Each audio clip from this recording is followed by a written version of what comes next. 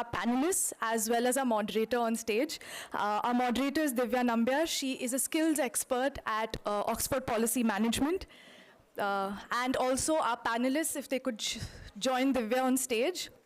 We have Mr. Devdeep Dey. He's the head of research at the National Skills Development Corporation. Nicole Almeida, who is the program associate at CEEW. Mr. Anshul Tiwari, he's the founder of Youth Ki Awaaz. And we have Rumit Walia, who is the manager, Youth Affairs at Earth Day. Welcome, everyone. And over to you, Divya, to introduce the session. Great. Thanks very much. And a very good afternoon to everyone. And I'm absolutely delighted to moderate this really fascinating panel on the topic of green skills and green livelihoods. So in the morning, we spoke about education, and now we're actually shifting focus to the world of work. So I'll just take a minute or two to just frame the issue, and then we can go in, to the panelists who have a lot of rich experience combining perspectives from policy, academia, and research, and on-the-ground work with young people. Great. So to start with, what are green skills and green jobs? Green skills and really focus on preserving and restoring environmental quality for a sustainable future. We're referring to an entire range of cross-cutting skills, not just technical skills or job-oriented skills, but also skills for entrepreneurship, skills for resilience, and socio-emotional skills. It's an entire gamut of a wide range of skills. So today, in today's discussion, what makes it unique is we have panelists combining the perspectives from policy making and those working on the ground. So there are 2 or 3 big questions that we're looking at today. What are our green skills and why are they important? What are some of the key policy and program initiatives in this area? How can green skills respond to the aspirations of young people? And what can be done to motivate young people to take on job roles in this area? And lastly, we're also looking at vulnerable groups and looking at women's labor force participation and looking at some of the latest evidence on how young women can be inspired to work in this area. So just to start, I just want to frame this challenge in front of us. And there are 2 big sets of issues. The first is the demand side. So about 8 million young people enter the workforce in India every year. And they come into a workforce which is rapidly evolving and changing. And some of the education and skills they have may not really fit into the requirement of the job market. So let's take renewable energy, for example. There is an estimate that there are 10.7 million jobs coming up in the renewable energy sector. But out of that, the skill gap is 10.2 million. So you have 10.2 million people who don't have the skills to take up these jobs. And that is just renewable energy.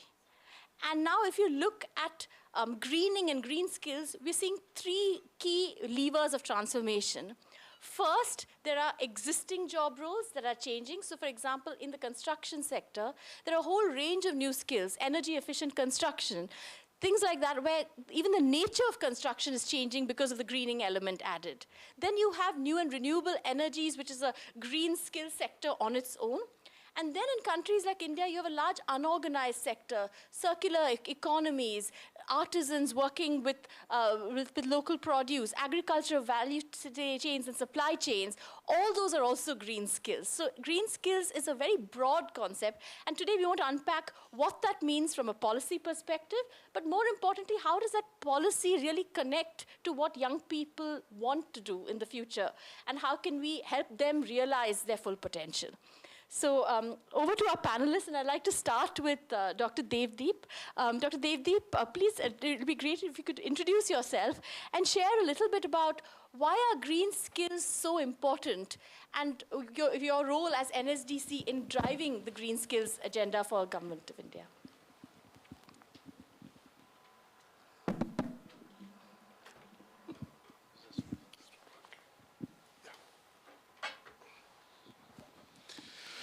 Thanks, Dr. Divya. I think you have set the right context. And so I am Devdeep.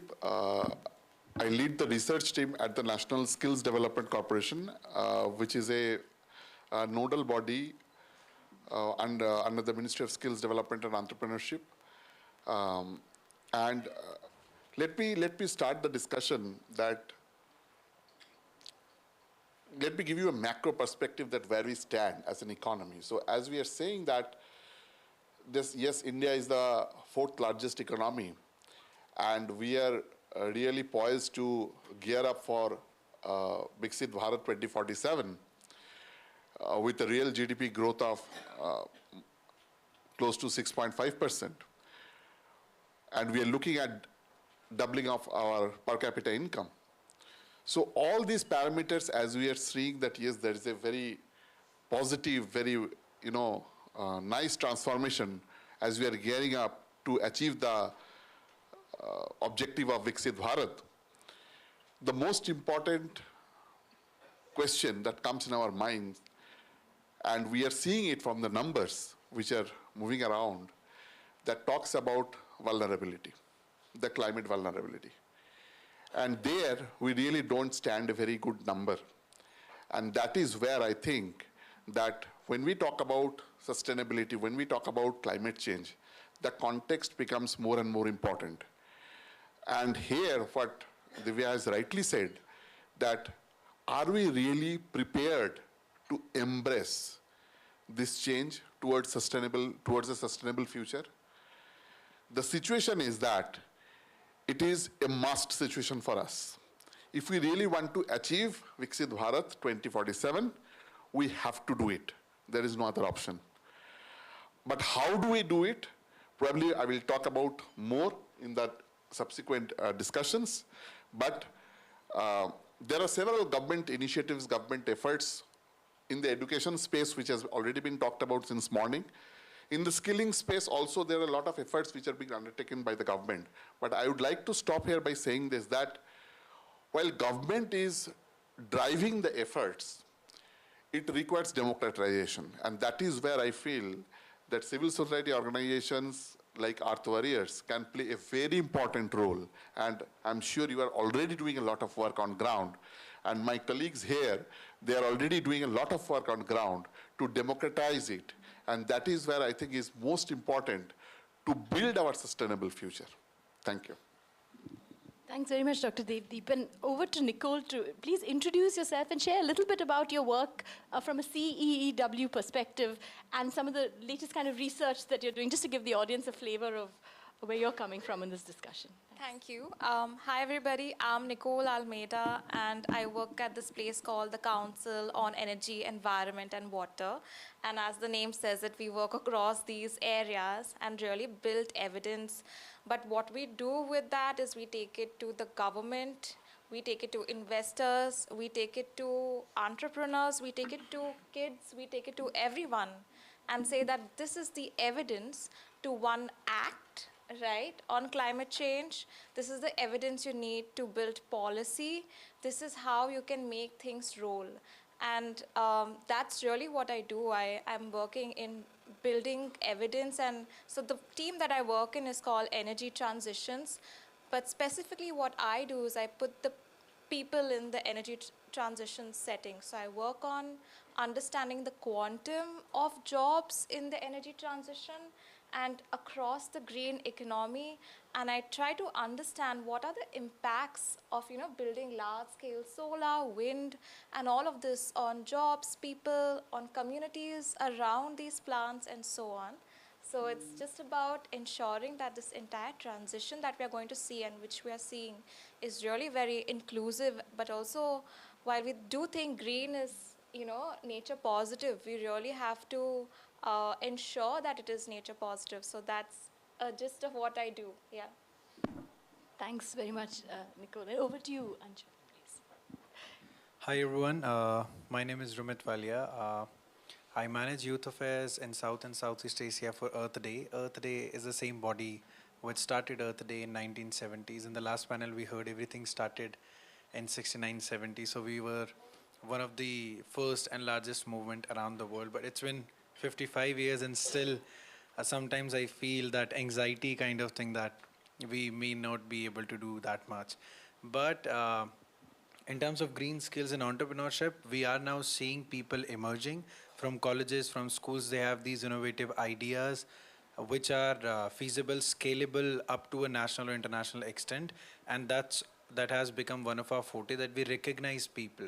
We recognize their very basic ideas, their first initiative into the environment, because a lot of times a lot of people might be doing great stuff in their own communities, region, and tier 2, tier 3 cities, but they are not being recognized, which can be replicated in so many areas around the world. So right now I can say we've been doing that.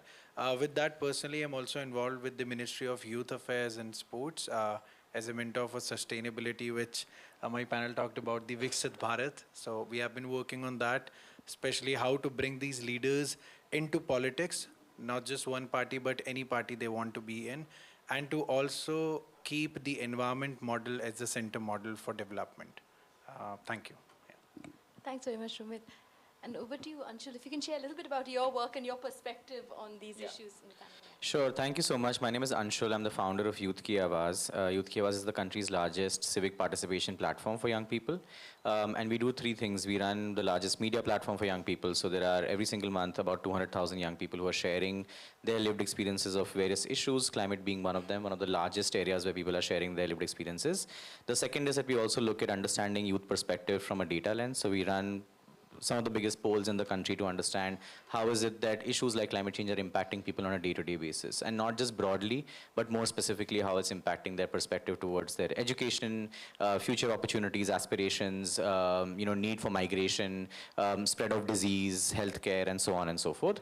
And the third is we try and bridge the gap between young people and urban local bodies by making all of this relevant for local governments so that decision making can become more participatory. A lot of our work that is happening in the climate space is happening in collaboration with the Ministry of Housing and Urban Affairs. And together we've developed something called the Youth Act Framework, which is a framework for how city governments can take into account young people's aspirations and needs before they make their climate action plans, before they make their decisions around how they're going to respond to climate change impacts in their cities and so on. Our biggest project that's going on is in Indore. Right now we're working with the Indore Municipal Corporation, the Collector's Office, and so on and so forth. To come back to this point in particular, I think what we're noticing and what we've been noticing for the last 6 years of our work in this space is that young people are definitely very, very keen on, and that's one of the biggest needs that coming is that they're very keen on figuring out what their personal employment opportunity, their level of skilling and their access to jobs looks like in the next 5 to 10 years. There is a general anxiety around this. But the problem is that on one end you have this growing green economy idea. There are jobs that are there. There are unskilled labor. There's unskilled labor that exists out there. There is a emerging economic opportunity that exists for young people. But these young people also exist in a cultural context where these jobs are not something that they currently either know about or aspire for. We still live in a country where a majority of young people are aspiring for the same typical stable government jobs and so on and so forth. A green economy job doesn't really fit in that mandate as such. If you tell a young person that, there's a very big opportunity of working in a biogas plant and so on and so forth, they may not even understand the opportunity that exists 5 to 10 years from now. So there is a very big need for us to, one, shift the narrative that exists around what good jobs look like. Do they only look like stable government jobs, or do they also look like new opportunities that could have a significant impact on what their life looks like, and so on and so forth. The second thing that we are noticing, and this is a very big emerging trend, is that even though there is heavy migration and migration is causing a lot of climate burden on cities, young people themselves do not actually want to migrate. And this is something that we're seeing again and again and again. Every data point is telling us that the only thing that a young person wants is upward mobility. And upward mobility of, how their current living standard is, what dignity of life looks like, what it's looked like for their parents versus what it looks like for them. They're having to migrate because in many cases the upward mobility does not exist in the city that they're currently in. Which also tells us that there is a very big need for us to focus on strengthening local economies, strengthening what place-based climate work would look like. So that would also mean that we diversify our perspective and say that, okay, one solution cannot possibly fit every single city, every single state, every single microeconomy in the country. It needs a different solution for itself. the solution itself can emerge from the local climate challenges that the city is facing, and that's where the importance of green jobs and green economy really, comes in. So there is a need for us to shift the narrative from what traditionally was to what there is and what potentially could be the future of jobs. And the second is to really look at the need for upward mobility with a place-based approach. That could have a significant impact on not just climate change, but also how economic opportunities work for young people in general in a country like India. Thanks very much, Anshul. And I think what you've really highlighted is the youth perspective. And that's absolutely crucial when we go back to policy. And there are three big challenges that I think what you said. If you look at it from the perspective of young people, there are the skill gaps, the inability to actually do what the job market needs and the frustration that comes with that. Then there are the information gaps, because you don't know, where are the jobs? What are the kinds of skills I need to do to stay employed, not just tomorrow, but a few years from now? And then, of course, there are the aspiration gaps. What are the aspiration pathways? And I think these are the three issues around which many of the panelists have been working on. So we'll come back to these three themes, and let's connect these themes now with the macro policy perspective. So Dr. Devdeep, if you can set the context by telling us a little bit about what are some of the key efforts of the government to promote green skills? Yeah, thanks. I think this is a very important question. And before I start on with the efforts of the government, let me quote the numbers which you were mentioning in a way. And let me mention two reports, actually. One is we are towards the end of 2025, but then this report is still relevant, I would say, the Future of Jobs report by the World Economic Forum, which talks about that, how the entire paradigm shift would happen. And it actually talks about a number that, 92 million jobs may be lost, actually. However, it also mentions that, that 78 billion new jobs will be created. But all these are with the caveat that we have actually prepared the workforce for the future. Similarly, there is another report which Singapore comes up with a report for skills for future. And that actually highlights that, what are those emerging skill sets? When we talk about yes, there is an advent of AI, there is an advent of automation. So all these are ultimately leading to some sustainable jobs, some sustainable future. Then what are those new skills which are required? And this is where, when we talk about this term green skills, essentially, you see, I mean, we can use different jargons. Since morning we have been discussing that we can use different jargons to mention this. But ultimately, it boils down, when you talk about building a sustainable future, you need those green skills. Now, when you talk about the green skills, what essentially does it mean? So it essentially talks about two things. One is that either you need to, from whatever skills you have, with the advent of new technology or something new coming in place, you really need to upskill yourself. That is one part. The second thing is that you may already have certain skills, and there may be a requirement that you may shift to a aligned job in that particular sector or in the allied sector, for which you need a set of transversal skills. So either you need to upskill yourself for that because of the advent of the new technology, or you need a set of transversal skills. And for all these, there are different efforts which are being undertaken by the government. And one more important thing, while I talk about the different efforts by the government, is we are recognizing that to build a sustainable future, there is a need for recycling. There is a need for this waste management, and several reports actually talk about that. Even this recycling, this circular economy, they create how many jobs? Those several reports, they cite about those things also. So we need to be cognizant about that and how we are preparing workforce for the future. Now, coming on to the government efforts, the next part which Divya was asking, that see, it is well understood that we are gradually being tried to call ourselves that Atmanirbhar Bharat, and for that Atmanirbhar Bharat, we are actually preparing ourselves that how we can be a manufacturing hub. And when we are talking about manufacturing hub, all those manufacturing hubs are generally in advanced manufacturing, smart manufacturing. So when we are talking about this advanced manufacturing, smart manufacturing, we really see that the government is geared up to push people to engage, to enroll or to become employable in these kind of jobs. For example, if we look into the National Green Hydrogen Mission, it was launched in 2023, and let me tell you that as National Skill Development Corporation, we are mandated to actually skill people, to equip people in those advanced manufacturing, in those green hydrogen techniques. So those jobs, they have not really have come up now because came up immediately, they are not coming up. I mean, we anticipate that those technological changes would happen with certain capital investments, and those jobs would come actually in future, maybe in 2 years' time. But then, having said that, we are preparing the workforce, and we are actually mandated by the MNRE, the Ministry of New and Renewable Energy, to prepare workforce in that direction. Similarly, in different other projects, for example, in the Pradhan Mantri Kaushal Vikas Yojana, there are different job roles which are actually green in nature. So those are the job roles which are run in different projects, even within the scheme and even outside the scheme as special projects to equip people for future. So what I'm trying to say is the third one, which is again most important, recently there is a new launch for this ITI upgradation scheme, which we call this PM Setu scheme. So there also there is a 60,000 crore scheme for upgrading the ITIs and prepare the different NSTIs, the national ITIs, as centers of excellence. Now, while preparing those centers of excellence, there is a lot of focus for creating those, green skills.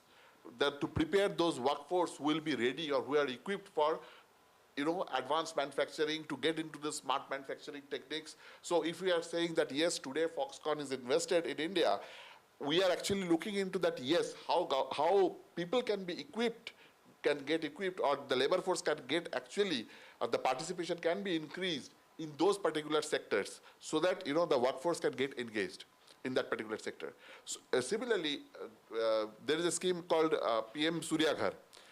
Here also there are different initiatives that PM Surya Ghar has already spoken about, and here also there are a lot of incentives to equip the workforce, and there is a mandate of equipping 1 crore people by March 2027. So lot of, I think 50,000, more than 50,000 has already been trained, and there's a lot of effort which is being put by the government towards these skilling initiatives. So, I mean, I'm just talking about some of the schemes, and given the paucity of time, I'm just talking about some of the schemes which government does, which we are continuously working on. And one more thing, just to conclude, that while we say that yes, all these schemes we are working, there is a lot of monitoring in place.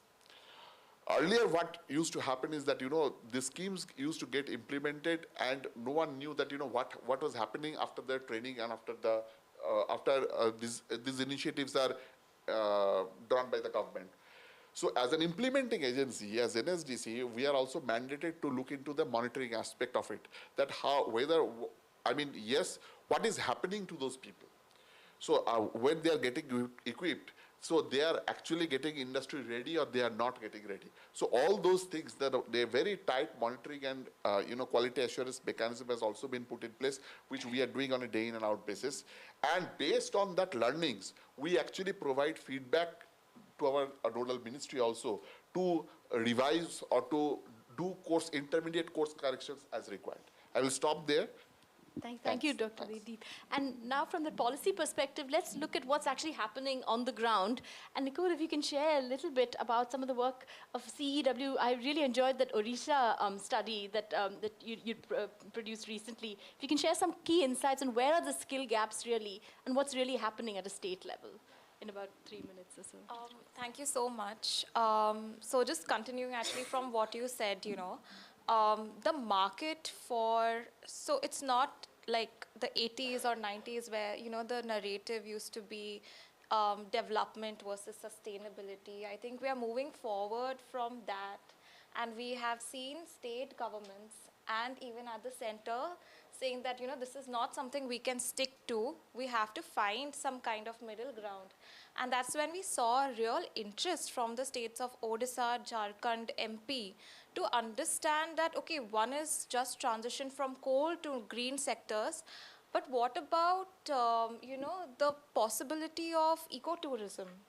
What about agroforestry? what about making this place the hub for recycling? So we started hearing these questions from the state government, right? And these are all questions related to the green economy. What is the quantum and the kind of market that these sectors actually have? Is it something small? Is it big? Should the state be more, serious about investing in it? And a recent study shows that this green economy, which ranges from renewable energy, it ranges from plastic recycling, it looks at, end of vehicle management to seaweed cultivation and biopackaging. The market size is around $1.1 trillion. To put that into perspective, India's GDP currently is around 3.5 or so trillion dollars.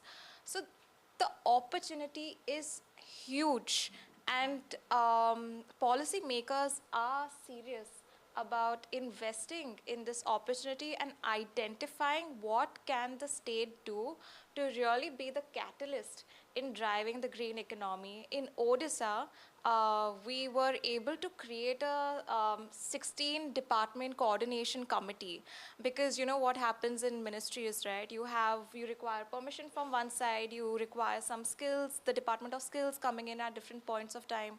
We created a coordination committee to fast track a lot of this. And when we actually went to Odisha, when we spoke to companies, skills definitely was a huge gap. They kept saying that students out of college are not employable. We have set up centers of excellence to train them, because a lot of learning happens on the job. Even in the renewable energy industry, the bigger players have started their own center of excellence now to train youth coming out of. So that's what we are seeing.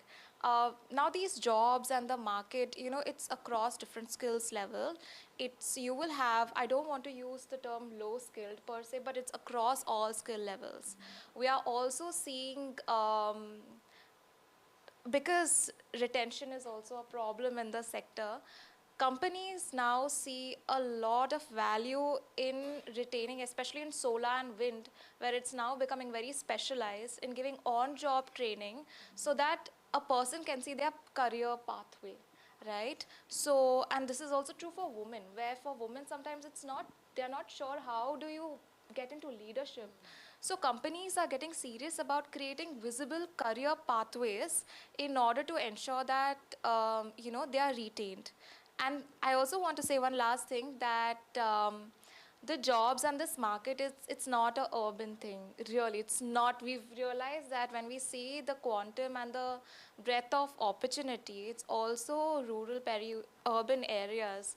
You have aspects like clean tech applications, like solar dryers, silk reelers, which is really about looking at your agricultural economy and adding value. So if you have chilies, you're growing chilies, you can very much dry it with a solar dryer and then add value and sell dry chilies. So the innovation that we are going to see, right, especially for the rural agricultural economy, is going to be huge. Yeah, that's. Thanks very much, Nicole. And now sort of moving to that again, it's the perspective of then, if you really need to bring about change, young people need to be the change agents themselves. Yeah. And I think that's exactly what both Anshul and Rumit really work on, making young people those agents of change. So to start with, Rumit, if you can share a little bit about how you're really doing that through the work that you do with youth, and give a bit of some examples from the ground on how to drive change through your work. Yeah.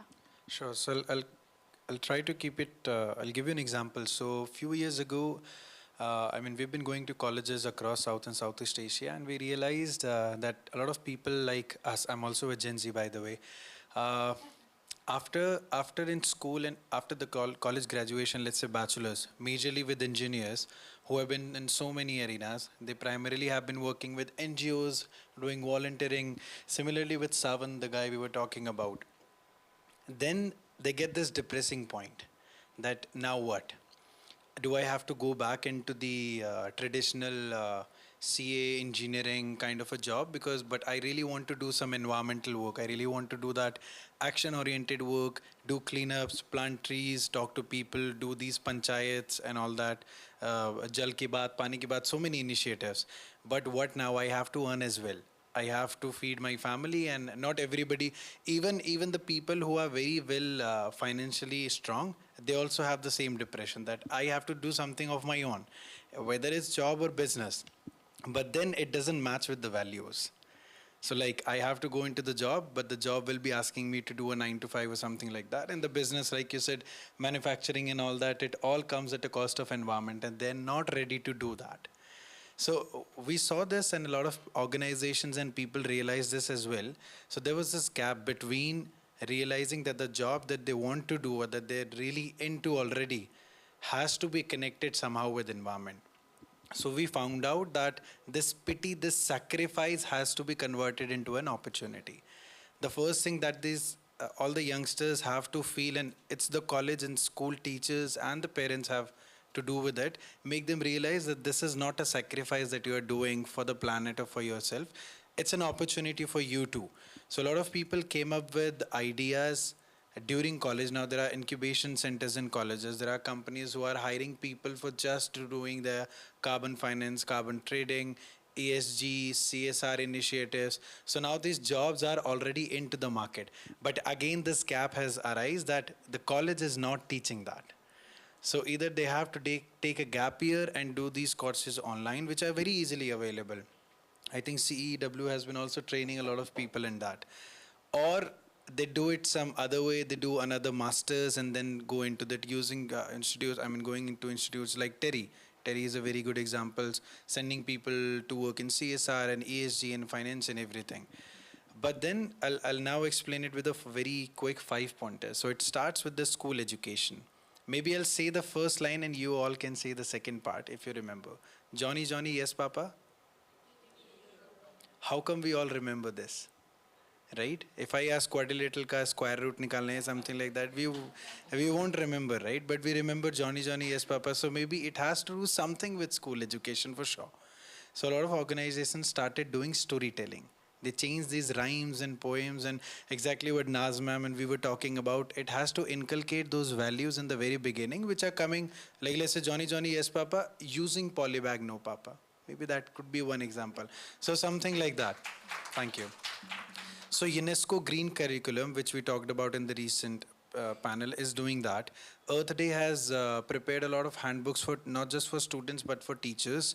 I mean, National Museum for Natural History is on the forefront doing those things. So those are emerging. It's gonna take time. I mean, it took us 15 years to go from a 100-watt bulb to an LED.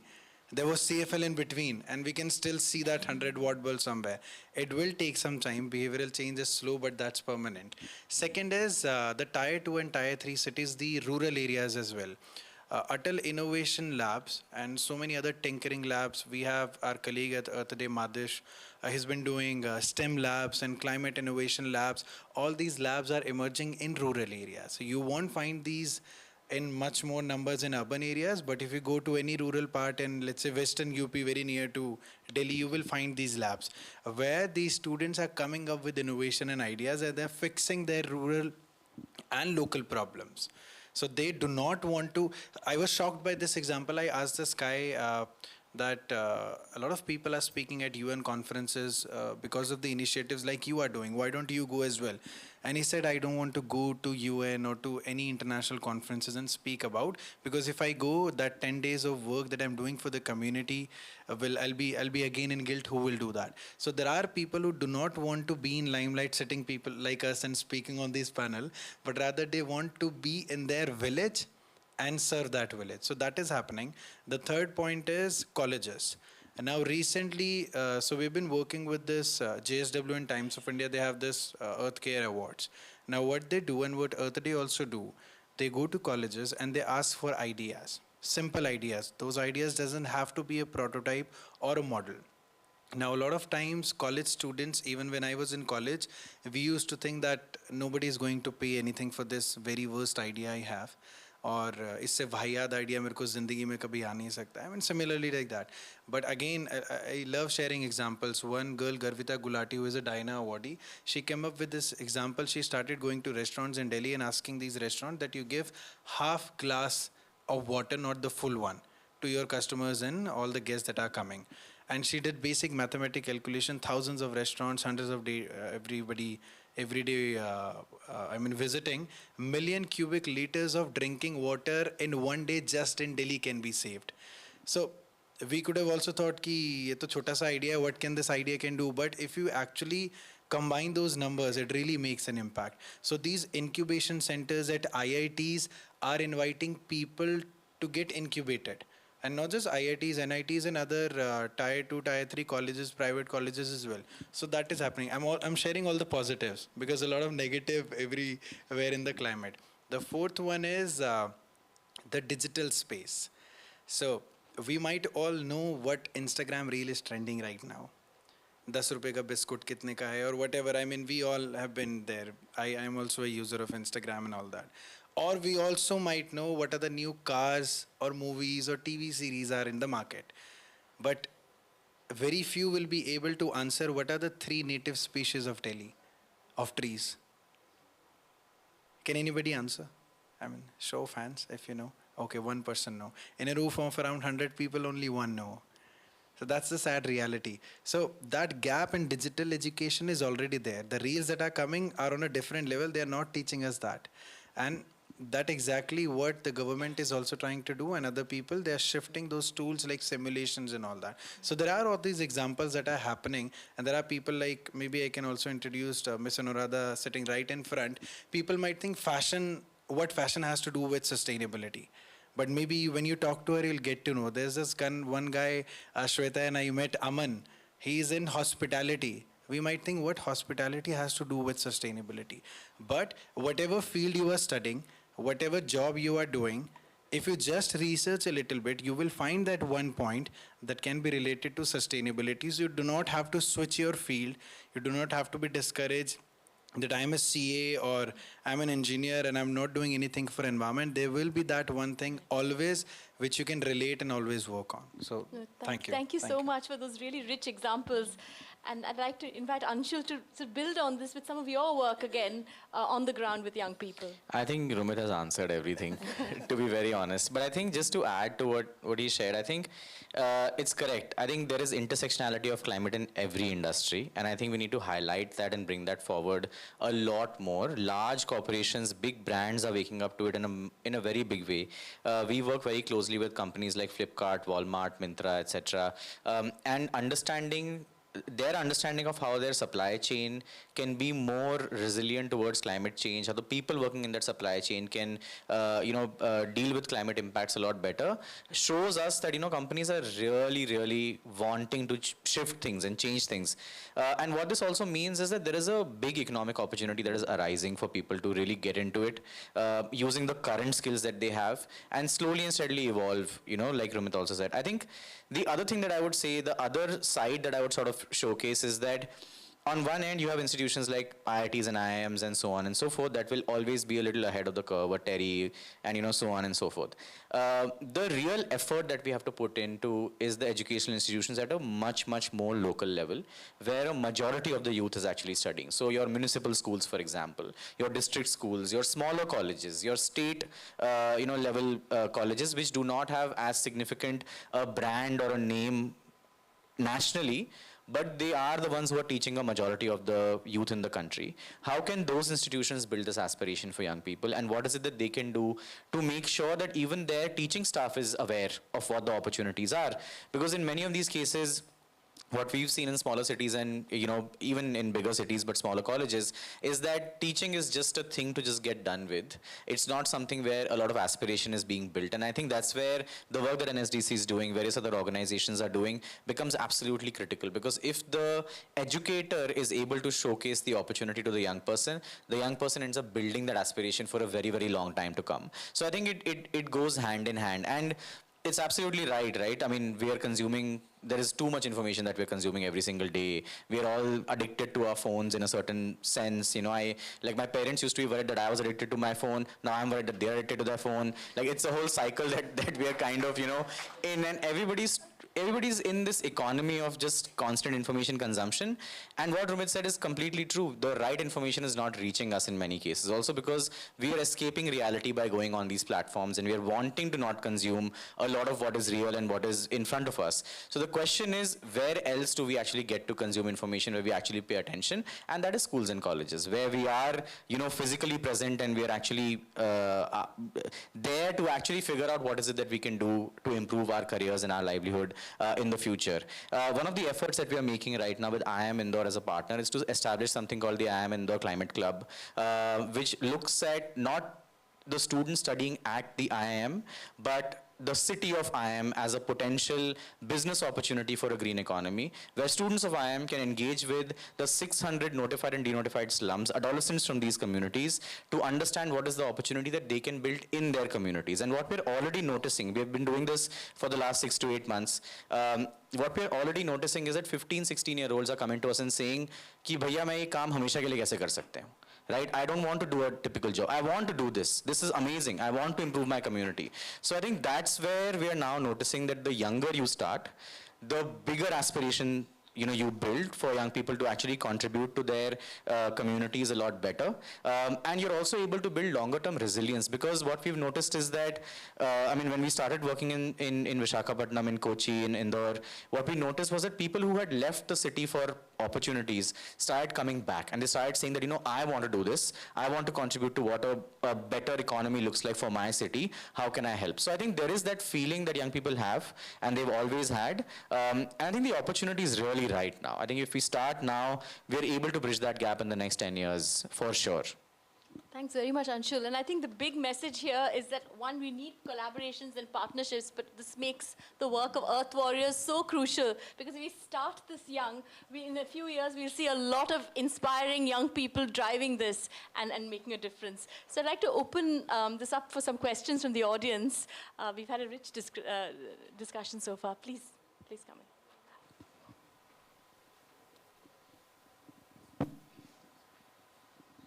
Thank you. Hi, my name is Sindhu. I'm a DRR and climate change practitioner. Thank you so much. This day has been so insightful, and I'm enjoying every panel that we have had today. I would like to thank Rumit specifically, because you brought in values. Like, that is something, I've been waiting to hear all day today. And my question to the entire panel, and even, all of us in the audience, is what are the cultural gaps that you see which we need to close here to, make these systemic transformations happen? Like, it could be the culture at the workplace or at the home or in the school. So in terms of culture, what are the gaps that you feel that we need to close?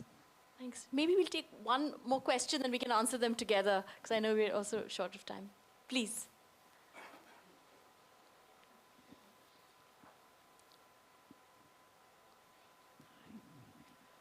I have a question for the, on the manufacturing issue. Now, what we have in India is that the manufacturing sector has stagnated for quite some time now, right?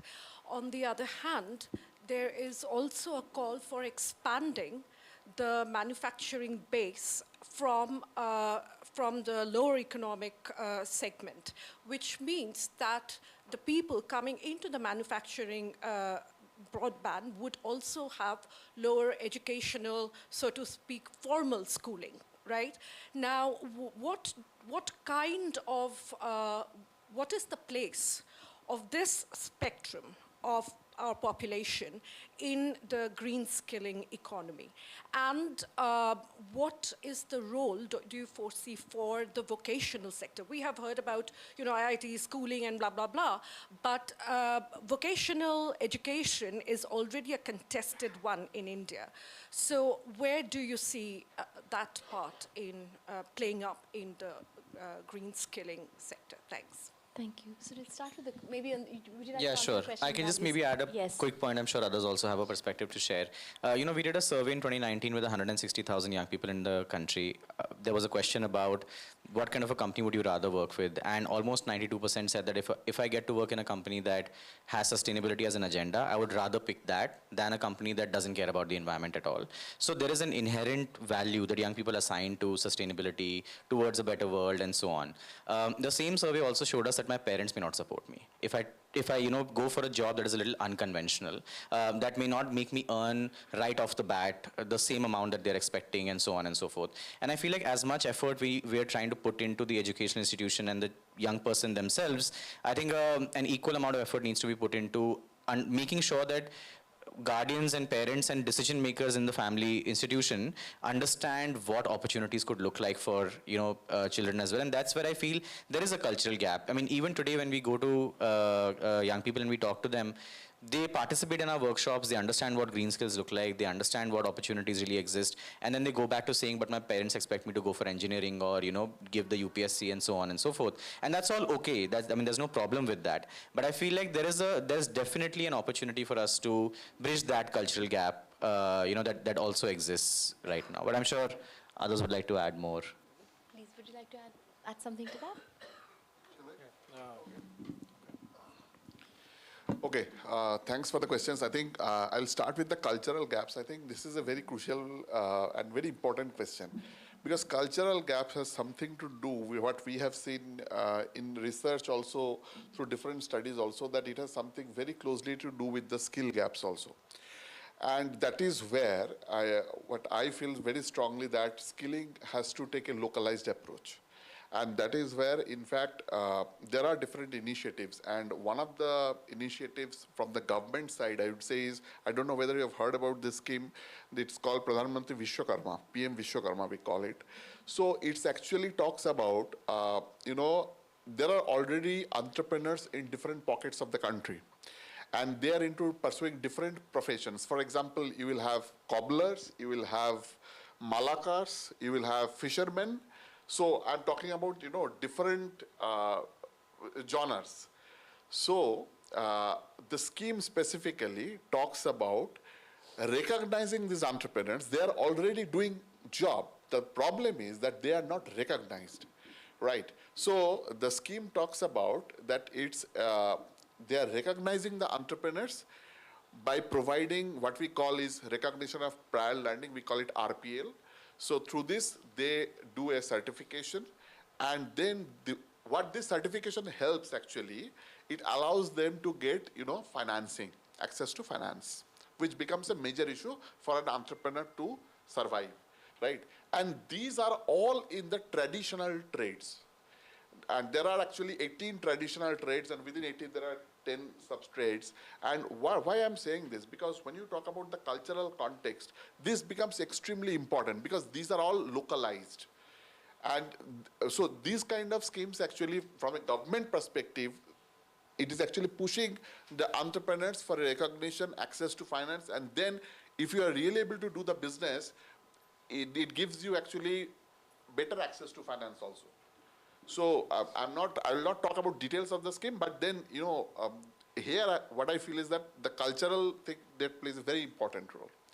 And answering to your question, ma'am, that if we are talking about the manufacturing sector, so we have to understand that, this country is largely, driven by the unorganized sector. And what you are talking about is the movement from unorganized to organized. And same actually happens to when it comes to the skilling aspect. Somewhere we are, as a nodal skilling agency, we are trying to formalize the skilling aspects. Because see, there is no other option other than this. The reason is that if we really want to become a manufacturing hub, and if we want to become export competitive, we need to face the international markets. And because we have to be export oriented. And if we really have to be export-oriented, then we have to face issues from US, we have to face issues from European Union. So we need to understand that there are measures like CBAM in place. I would not talk about very much about CBAM, but then again, it's a barrier for exporting people from India to the European Union. Again, you have a lot of barriers for the marine products. I mean, the marine market to US is almost closed out because of the rising tariff barriers. So what we need to understand is that we need to prepare ourselves that how do we abide by or how do we comply? And most of these norms, by the way, when we are talking about these compliance mechanisms, these norms, somewhere around, they are in and around sustainability. And if we really need to, be in that market, remain export competitive, we really need to upskill ourselves, or to some extent, in the horizontal also, we can look for the different job roles by which we can skill ourselves, through which we become export competitive. Because if we really don't do that, we will not be able to survive in the long run. So that's what I told in the very beginning, that sustainability is a must, it's not an option for us. So if you really need to go ahead and really need to think that, yes, we will dream big and we really want to become a developed nation, then we have to take this route. It's difficult, it is time consuming, but it has to happen. Thanks. Yes, please. I just wanted to add and say that, India's manufacturing is not that stagnant when it comes to a few green sectors. So for example, if you see module manufacturing in India, while we don't produce the entire solar panel, we import a lot of things from China, especially China. We do have module assembling in India, and companies are looking to completely, indigenize the entire value chain, and the government has put in requirements where, the content of a certain panel has to be domestically made. The same for wind. So India doesn't deploy a lot of wind, but it's exporting a lot of components in wind turbine manufacturing. Companies are, even if they don't have technology, the world is such, you just partner with, a company that does have technology that might be in Europe or somewhere else. And now we are producing electrolyzers that was patented in UK, but Tata has now they have this partnership. So I feel that in a lot of the green manufacturing sectors, the innovation that is happening on ground, the partnerships and the pace at how things have changed and how much capacity we are adding, it's been immense in the last few years. And we have seen a lot of government push through, various incentive schemes. So that is definitely happening. I wouldn't say it is stagnant per se. One vocational education question I didn't respond. So can I just in 1 minute, if it's possible? Yeah. So one more thing you mentioned about that vocational education. I think the NEP, National Education Policy, provides the right platform to embed skills in education. And since morning, I think we have been discussing, and in fact, Madam Naz has already spoken a lot about it, that how do we embed these things in school education at the primary level specifically. And probably, NEP provides that right platform, that how do we embed those skills. So I don't know, in my school days, let me just give you one example to end this. In my school days, there used to be one, subject which used to talk about work education and physical education. So I'm from a state board and from West Bengal. And so we used to have this, and it used to be flooded with activities, a lot of activities. So we really didn't realize the importance of those activities, but then it was kind of a compulsion to do that. Otherwise, we would receive a lot of things from our teachers. So, so we were compulsorily forced to, and those things, in a way, actually inculcated a lot of things in our habits. And that is probably what Madam Naz was mentioning, and I was actually recalling those things. And probably that habit building has to build. And in a formal way, I think vocational education, the way it is entering the schools, the blend is happening, and that is where probably the skilling part with education will build, the youth ready for the future, for a greener future. Thanks. Rumit, do you want to add anything? Okay, great. No, thank you, but it's been such a wonderful, rich set of questions that from everyone. And maybe this is last to say, all the more reason why climate education is absolutely crucial to inspire young people, companies, employers, and just citizens to really work towards a greener future. Thank you all. If you could just stay back for a second, we have a really small token of appreciation. This was an extremely engaging panel. I think the youth today is entering a very uncertain job market with AI and everything. So we need a lot more discussions, a lot of positive examples, so that there's a growing movement to integrate green skills into our schools and into our training systems. So thank you. And Shweta, if you could.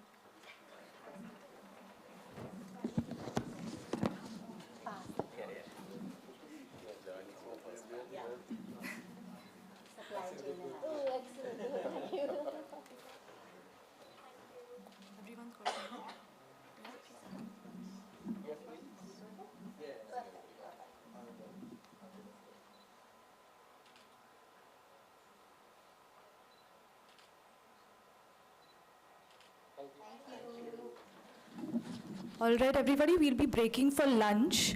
But please do come back. Lunch has been served outside, right where the tea and coffee was, because our next session is by Mr. Alan Stein from the University of Oxford. He'll be talking about the Children and Climate Initiative that he's been heading over there. So it's going to be really interesting. He's joining us live from the UK, and he wanted it to be an interactive session. He wants to talk to all of you and take your questions. So definitely come back post-lunch, and we hope to be back and start the next session by 2:30. So if you could all keep that in mind. But yes, see you all soon.